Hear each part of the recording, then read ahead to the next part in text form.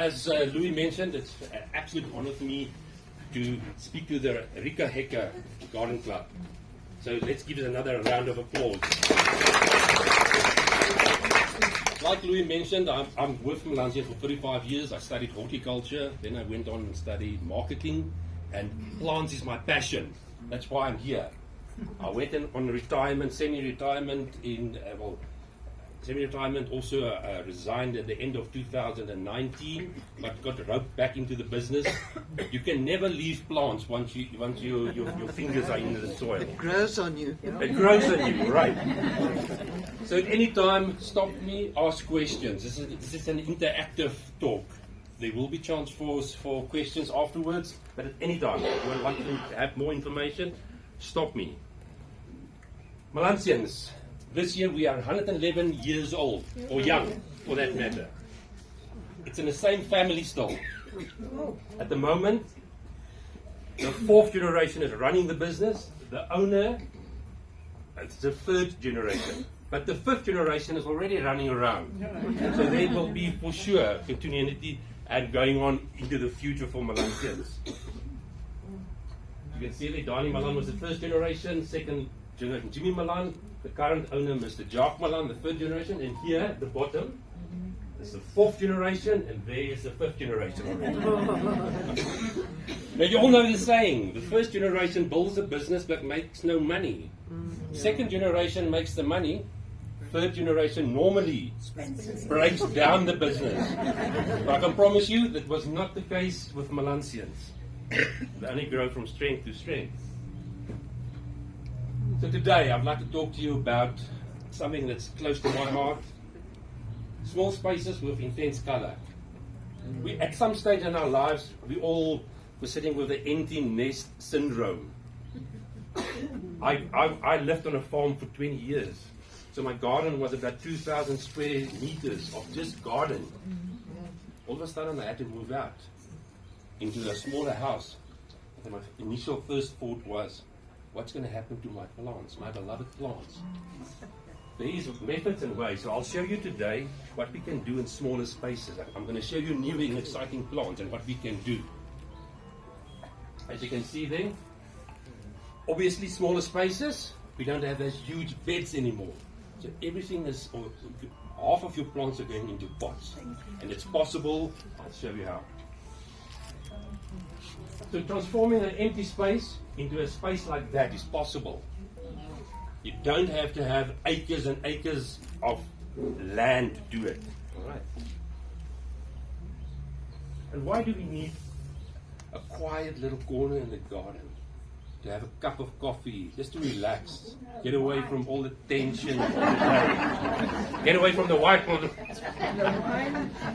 Have wine, yes. Right.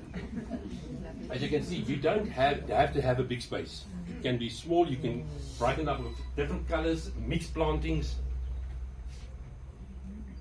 And look at that. You can see every space is utilized. Look at the back with the pelargoniums, the mirror at the back. There's even roses, and then obviously annual petunias. The sky is the limit. So you've all heard the phrase vertical gardening. So that's basically what we're going to talk about a little bit, but not only vertical. So drive them up the wall, make them crazy, let your neighbors go wild. So that's what we're looking at. And it doesn't have to be an expensive system. That is old palleted wood and normal pots with brackets and hangers that you can put up a wall. Somebody's got to make them. Yeah, but that's where the husband comes in. Well, they haven't got them. Or the neighbor, for that matter. Oh, he's not going to be knowledge. And you can see there's succulents as well as instant color. He thinks he can. Look at that balcony, a small little balcony. There you can utilize the wall at the back with all those color. A few scatter cushions. And if you don't have a wall, you can hang them. There's some ideas for you there. Yeah, but how do you hang those plants? You can't, yeah, the top and the bottom, how do you hang the bottom? Right, okay, I'll tell you how. Basically, you can either use a chain or a steel wire Yeah? with a washer Okay. with a nut that will hold the pot itself in place. But there's got to be drainage, but we'll talk about drainage a bit later on. And there's several methods. I mean, you can do with those chains, obviously your ceiling needs to be quite strong enough. You need a support or a beam that can support it, but there's lots of ideas.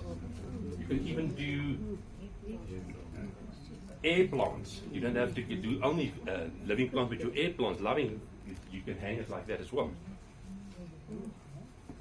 Driftwood. Simple ideas. Doesn't have to be expensive. Macrame, all coming back into fashion. I mean, macrame was a fashion when I was this high. And it's back again. Yeah. Wooden boxes.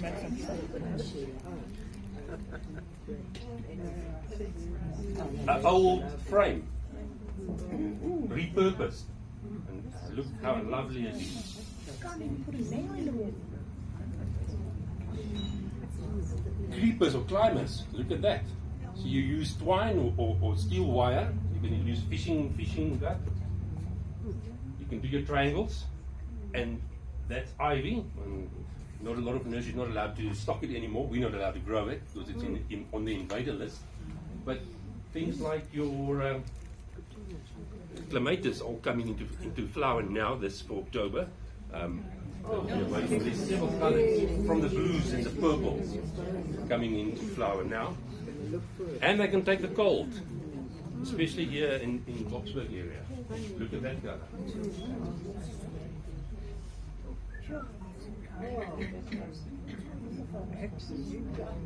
Your pinks. The Pladenias can do the same thing for you, although this area they have to be protected. They don't like the cold, or frost for that matter, but they can do the same work. Do they like sun? Lots of sun? They like sun to semi-shade, but not dark shade.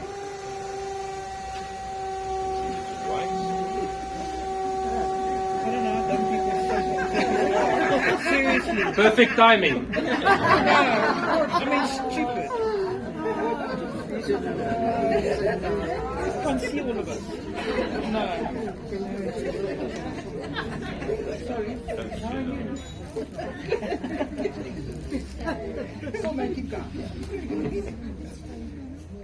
And we don't only have to stick to plants. What I mean by plants, ornamental plants, flowering plants. In a small space, we can also do vegetables. Herbs. You don't have to have, like I said, a big garden for that. You can do them in boxes like that, with individual sections. So visually, it's appealing. Fruit trees. For those of us who love the fruit trees, you can do them like that. What tree is that? Well, that was probably an apple tree or one of those. There's a few more photos that I'll show you. Now, how do you get it like that? Once planted as young, all the shoots you train onto the lateral root So it takes a long time. That's an old photo, yeah. It will take you time, but it can be done, and they do it. Don't you need 2 apple trees? Sometimes you do, sometimes don't, depending on the variety. So just look at some of the varieties as self-pollinating, and then you don't have to have the 2 varieties. So it's apples. You can see the stem like this. But for those of you that have been here with the 2 weekends with the festival Grow to Eat Gardens that the Heckers hosted, would have seen there's a lot of miniature citrus coming onto the market. Citrus with 2 different varieties onto the same rootstock. So that's all happening now in South Africa. Peaches, strawberries. Every garden needs a water feature. So even if it's a small space, you don't have to have a big water feature. It can be a small little pot just for that tranquility, for that sound of the water, and you can sit down and have your I'll have a cup of coffee. Some of you will have a glass of wine. So Of 'n brandewyn en kwak. a whiskey rather. Of nie.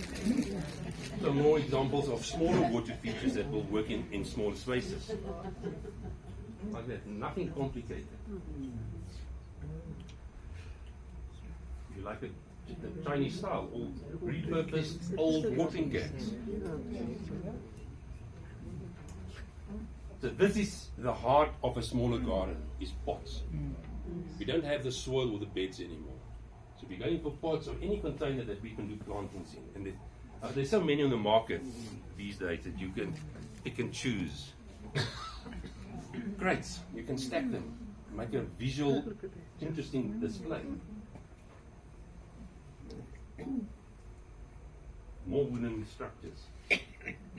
Baskets. I see a lot of baskets being imported into South Africa nowadays as well. Or again, or your vegetable gardens. Or something like that. Where your succulents are standing. Recycle. Even if a pot is broken, it's not broken. It's a way to a new idea, a new life. You can see how easily that was done. But what is the most important thing about a pot? Would you say? Drainage. I like you people. All right. If there's no drainage, obviously there's a problem. Okay, so there have to be drainage. If not, do it yourself. Ask your neighbor again. If you don't have a neighbor, call for help. Then at the bottom, a little bit of rocks or even of some of the clay pot, broken pots. You can use some of those pieces just to aid the drainage and make sure that it doesn't block. A good potting soil. That's very important. You must remember, this plant you're going to plant in the container has to be self-sustaining in that soil for a long period. Okay, so you've got to do a good potting soil. You've got to fertilize, because that's one of the most important things of a smaller garden in pots. Fertilize, fertilize, fertilize. All right, so I think most of you will know what NPK stands for and where it's helping. Who don't? You all know? No? All right. Nitrogen, phosphorus, potassium. Now you get those funny numbers on the bags. All right. If you look at that bag, there's 315, so that will be in that NPK relation. So the higher the N, it's for green plants, it's for your ferns, it's for your grass, it's for palms. The higher your phosphorus, your P, it's for bulb forming, fruit forming. And obviously the K stands for your well-being of your plant. So it's the cell structure, the roots. Having a healthy plant will make the insects go away, because they're not prone to attack plants that's healthy. So that's so you will remember it. But then there's another figure at the back, a 26 or a 50 or whatever. That's the strength of the fertilizer. So if you buy a packet, and for argument's sake there's 26, so 26% of that packet is fertilizer. The rest is a carrier, either gypsum or something else that actually binds the fertilizer, and that's what you're buying.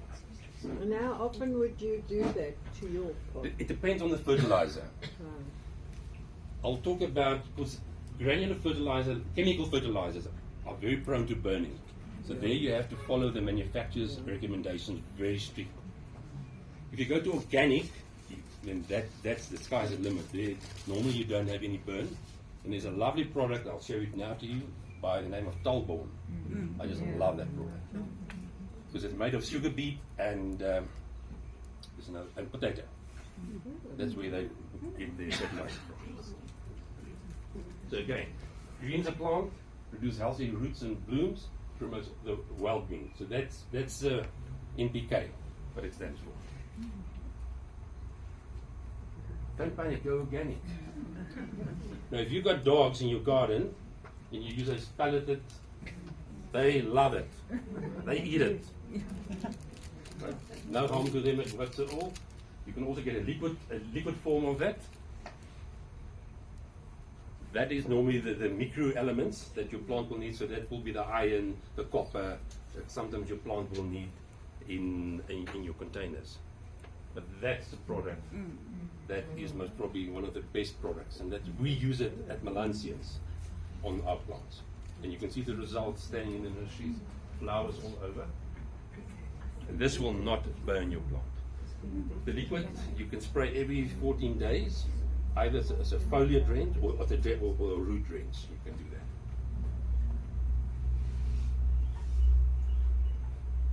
that. Watering, how much is enough? If you have to guess, how much water would you reckon? Once a week, but yeah.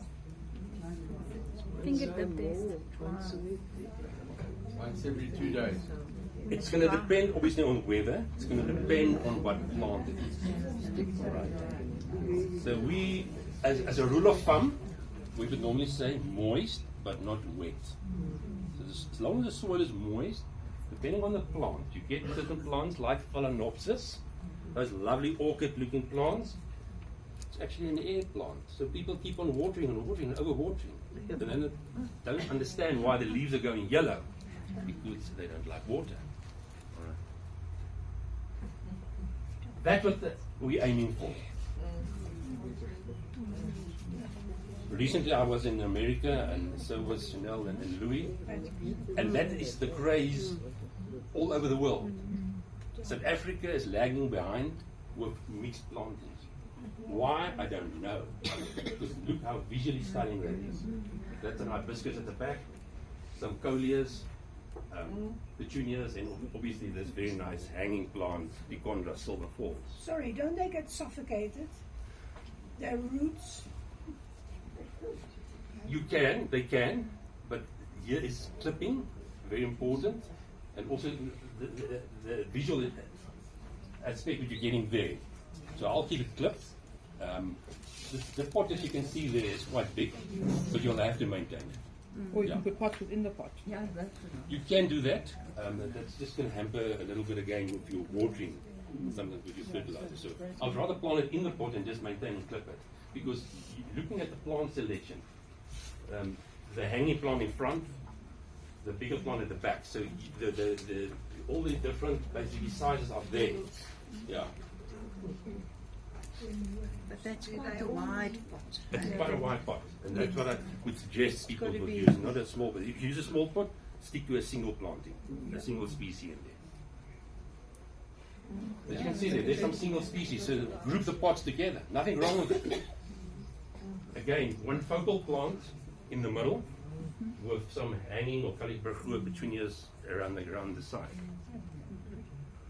Ornamental grasses. There's so many on the market at the moment.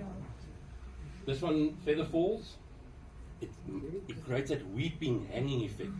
Will get up to 1 meter tall, but just look how stunning it is in a pot. And it's hardy. There's another calyx called Everillo with a more bright yellow lime color. And look at the contrast where you've got a blue pot with a lime yellow. The reds, the blues. Look at that. Fountain grass, Venacetums, and there's a pink one on the market as well. And then my favorite, That is lovely. Dichondra silver falls. That plant over there. You can utilize it in any pot, in a hanging bowl, hanging basket. It'll give you that nice effect. Silver. That's great. Silver. Very good at Truffulospermum. You get the green varieties that's flowering now. This is a pink variety called Camellia. I think you've got in the nursery here.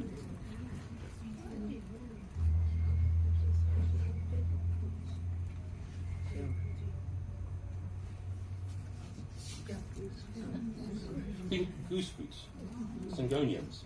So you know the green variety for all the years. And look what they're dishing out for us now. It's a pink variety. Your forebear Diamond Frost. Very good variety for a pot. Loves that. Always covered in that small little white flower. Very similar to gypsum. And then there's a pink one just being introduced. It seems like pink is the color of the flavor of the month of the year because everything is pink. The hibiscus. Look how beautiful you can do them in pots and containers. They don't have to be in your garden beds. Especially this variety that we're doing, it's called hibiscus. We produce them for more flowers and pot sizes, so they're more compact, more flowers per plant. And this is one of the colors. There's several colors on them. That's one of them, Apollo, Boreas yellow, and the doubles. And at the moment, this month, hydrangea season. There's a nice one, like Endless Summer, Summer Love. It's more a red, dark pink color. The reason why it's called Endless Summer, with the part of the Endless Summer range, because it keeps on flowering. It's a repeat flowerer. So it will do flowering now, and it will do another spell in February. Whereas your other hydrangeas normally don't do that. And there's several colors. It's not only that color. Look at that one. Hydrangea Miss Sahoria. It was a Japanese breeder who bred this hydrangea. And quite nice, interesting flower. And the leaf. The leaf is a bronze color. It's not a plain green.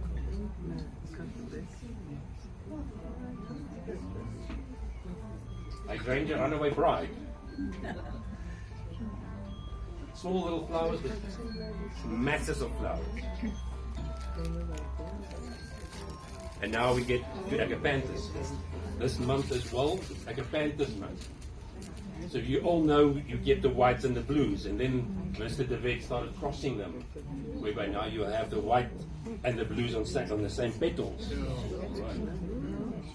This is a stunning one. Looks like a firework exploding in the air. And of course, blackjack.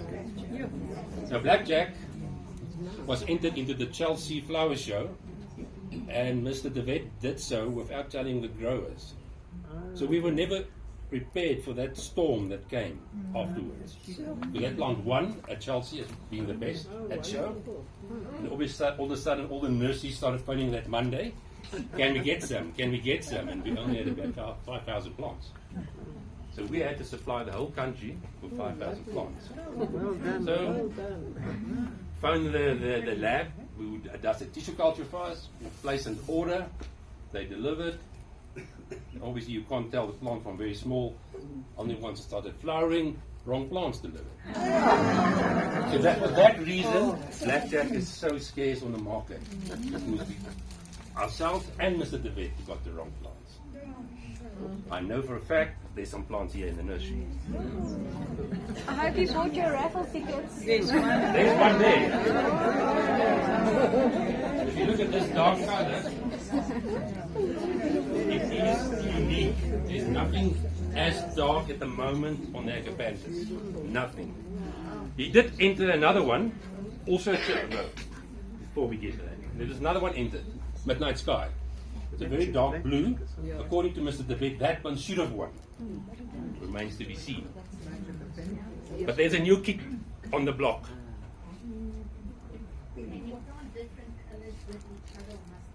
No, you can plant different colors with each other.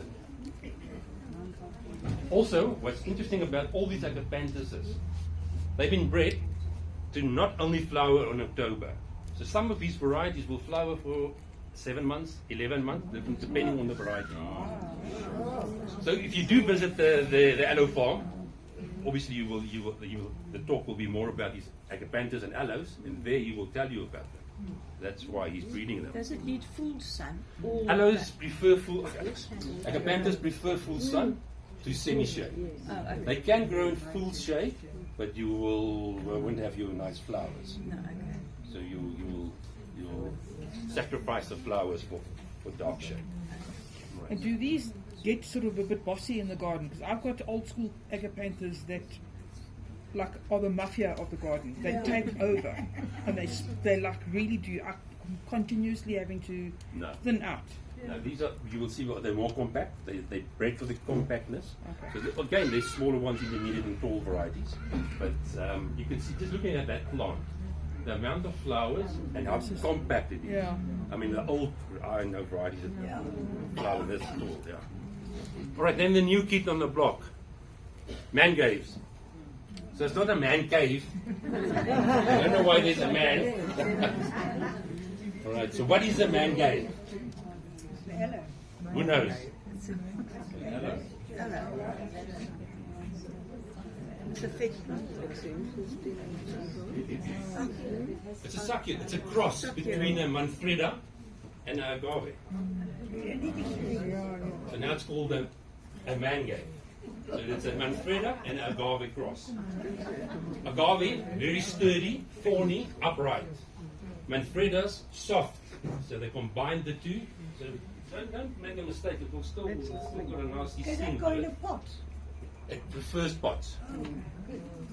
So you can see there, where they're in pots, look at that. And there's several colors. And for a fact, there's also some on the floor here. And look at those nice spots on the stuff. So the whole marketing is mad about mango. That's the whole marketing behind it. So there it is. Manfreda plus agave gives you a mango. So what's up next? Are we crossing plants into interspecies now? Yeah, it looks like it. We take them to Mars.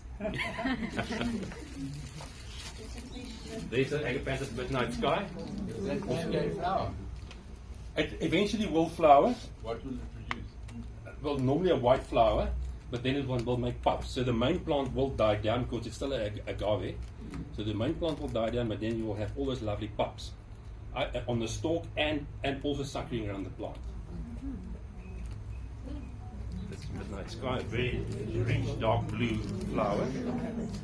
But then the new plant, you heard about Louis mentioning it.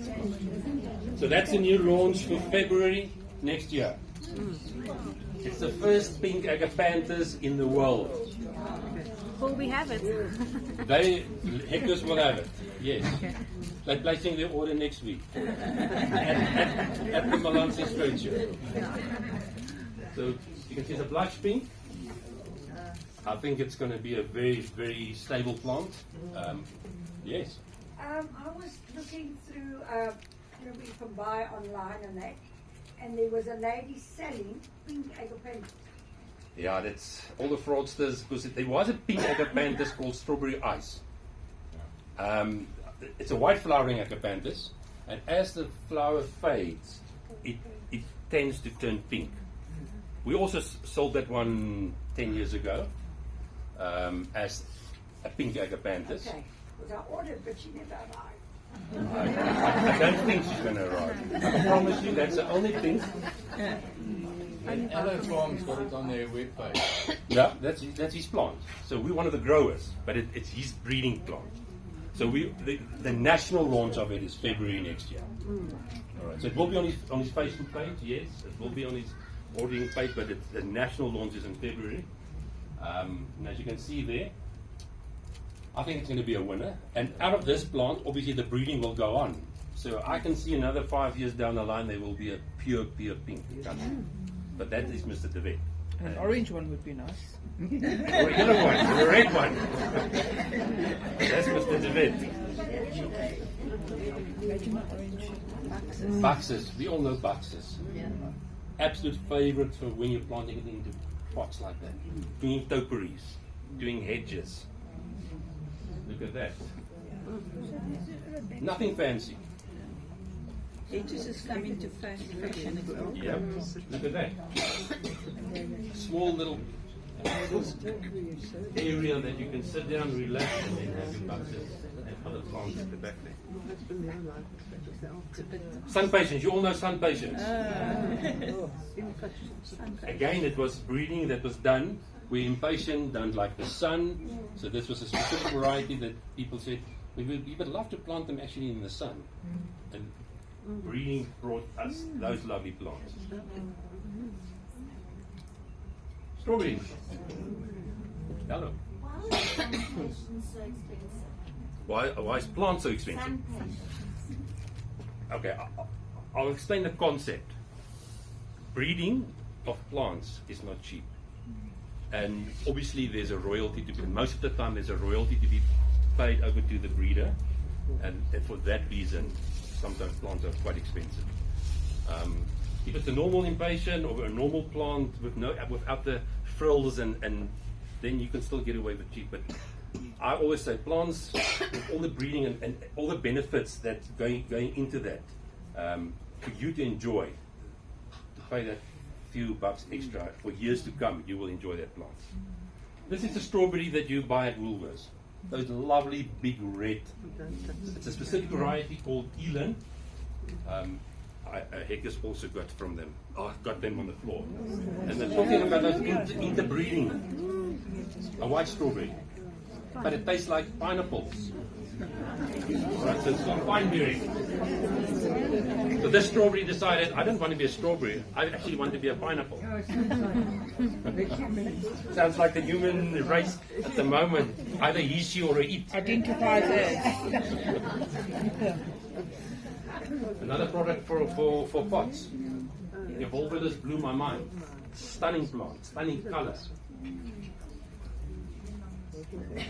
Salvia Mystic Spires.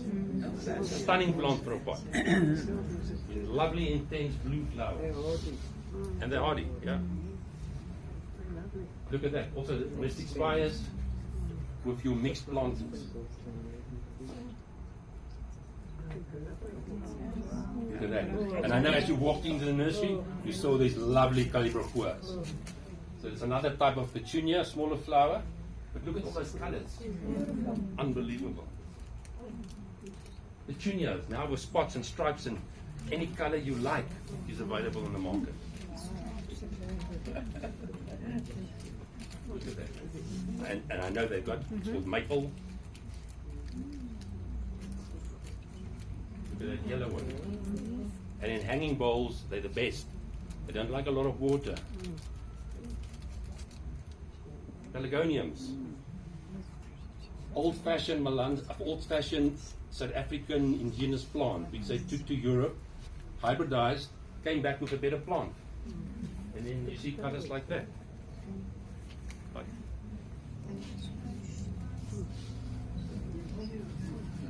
And look at how easily you can display them on stairs in pots. Then it's the end of the season for them, but the pink lavender. Again pink. So pink is definitely colour of the year. The princess lavender. I think it's one of the only true pink lavenders that there is. When do you cut a lavender, the sort of normal purple ones? When do you trim them? Normally after the flowering time, it's a light cutback. Only line. Yeah. If you cut too harsh and too deep, plant will die.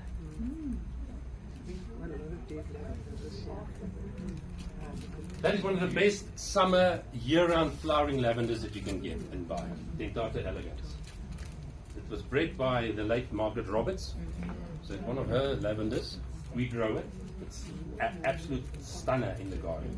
But it keeps on flowering the whole year. It keeps on flowering. So when you cut it, that's what I have to flower. It always flowers. You can still cut it, it will just bounce back and reach it. You remember in our nursery, the blocks of plants we do in 3 sections. You always have to provide flowering plants for the nurseries. So we keep on cutting them back. So one section will be straight cut back, one section will be coming back into flower, and one section will be full in flower. And I leave you with peace and tranquility. May you enjoy your day. May your day be blessed. And enjoy gardening.